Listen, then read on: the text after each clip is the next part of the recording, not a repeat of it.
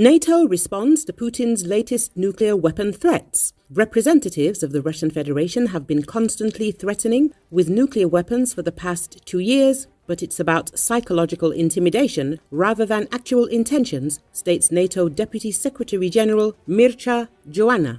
We have seen such use of nuclear threats by Russian leaders for at least 2 years since the war in Ukraine began.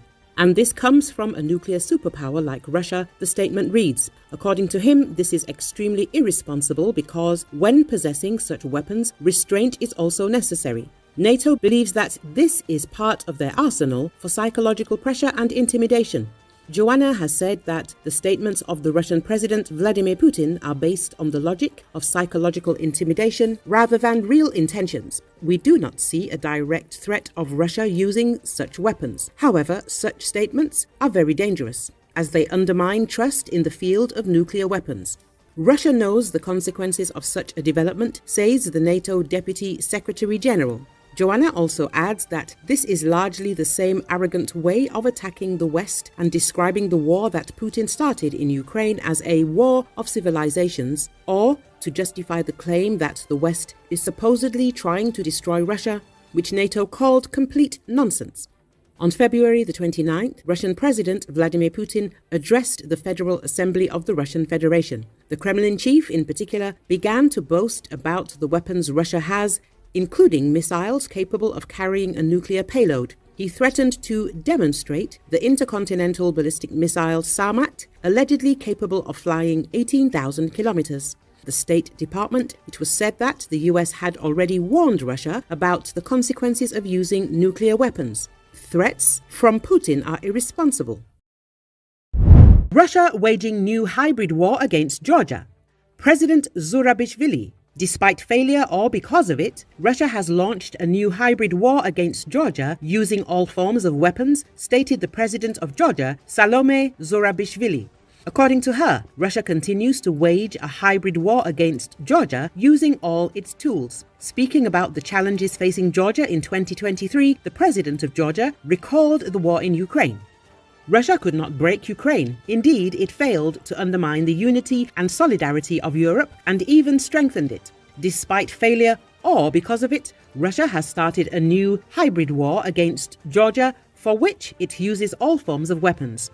Zurabishvili said. She also emphasized that Russia's plan to turn the Ochamchira port into a military base aims to shift the confrontation to the Black Sea into their territorial waters, thereby creating a threat to the strategic perspective of the Black Sea.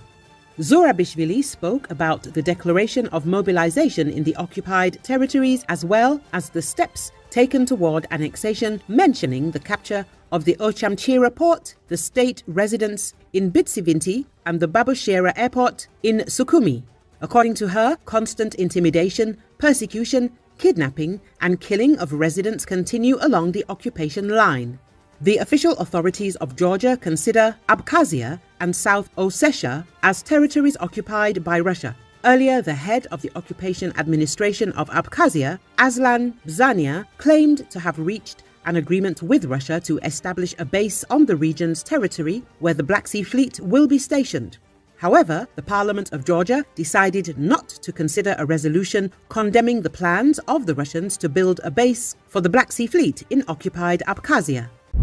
If Ukraine loses, NATO will fight Russia, Pentagon chief. Pentagon chief Lloyd Austin believes that if Ukraine loses the full-scale war with Russia, the latter will be forced to fight the entire North Atlantic Alliance. Austin said this at the U.S. House Armed Services Committee hearing.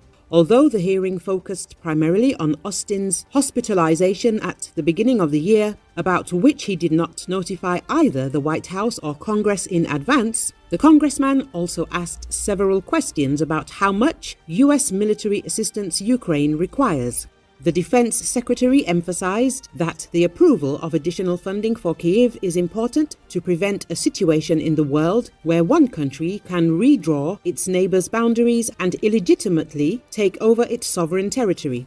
We know that if Putin is successful here, he will not stop. He will continue to take more aggressive actions in the region, and other leaders around the world, other autocrats around the world will look at this and will be encouraged by the fact that this happened and we failed to support a democracy, he added. Later, Austin clarified that if Ukraine loses on the battlefield, the Baltic countries may be threatened. If you are a Baltic state, you are really worried about whether you are next.